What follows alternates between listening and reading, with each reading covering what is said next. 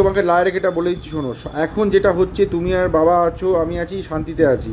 এরপরে যদি গোপাতা বসির সেই চিন্তা ভাবনা, আমেরিকার অ্যাংলো ছেলে, নিগ্রো ছেলে, তাদের সাথে কি করেছে সেইগুলো তোমার মাথার মধ্যে, এক সেকেন্ড বড় বাবা, এক সেকেন্ড, সেই কথা যদি আবার তোমার মনের মধ্যে আসে, তাহলে কিন্তু এর থেকে বড় দুঃখ কষ্ট আর হবে না, তার থেকে বড় অশান্তি আরম্ভ হবে। তোমার হাতেই সংসারটা আবার ধ্বংস হয়ে যাবে। তার থেকে ভালো তুমি ছেড়ে দাও। গোপাতা বসিকে তুমি যেটা বললে, দাদুকে বলে একদম ফিনিশ করে দিচ্ছি। আর তোমাকে আর বিয়ে করতে হবে না গোপাতা বসিকে, তুমি অন্য মেয়েকে, স্বর্গের অন্য মেয়েকে বিয়ে করো। তাহলে তোমাকে মনে রাখতে হবে, বিয়ের পর কিন্তু তুমি কোন রকম কোনো অশান্তি করবে না।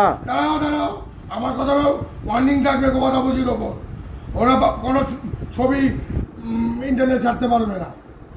সেটা আমি কি করে বলবো কি ছাড়বে কি ছাড়বে না? তাহলে ছেড়ে দাও ওদেরকে। হ্যাঁ, ছেড়ে দাও ওদের, নতুন মেয়েকে বিয়ে করে না। তোমার তো অনেক মেয়ে আছে, অনেক হাতে মেয়ে আছে। দাদুকে বলে অন্য মেয়ের সাথে কন্ট্যাক্ট করিয়ে দেবো তোমার। আমার দরকার নেই ওরকম মেয়ে, কারণ গোপা খুব জেদি, ওরা এখনো সূক্ষ্ম দামে কিছু বলবে না। এই কথা আমাকে। তোমার কি মনে হয় গোপাতাবুর সঙ্গে দাদুর কোনো লটর বটর আছে? আমার হতে পারে, আমার মনে হয়। তোমার এই মনের মধ্যে উল্টাপাল্টা চিন্তা ঢুকেছে।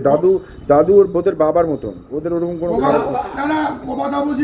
গোপাতাবুজির প্রতি দাদু এত, মানে গোপা এত দাদুর প্রতি সহানুভূতি কেন? তো হবে না, যে মানুষ ট্রিটমেন্ট করছে, এইটা তোমার কিরকম কথা হচ্ছে? একটা মানুষ তার ট্রিটমেন্ট করছে, গোপাতাবসী ট্রিটমেন্ট করছে, সে ভগবান মহাদেব দাদু দেবাই, সে তার প্রতি ভক্তি থাকবে না?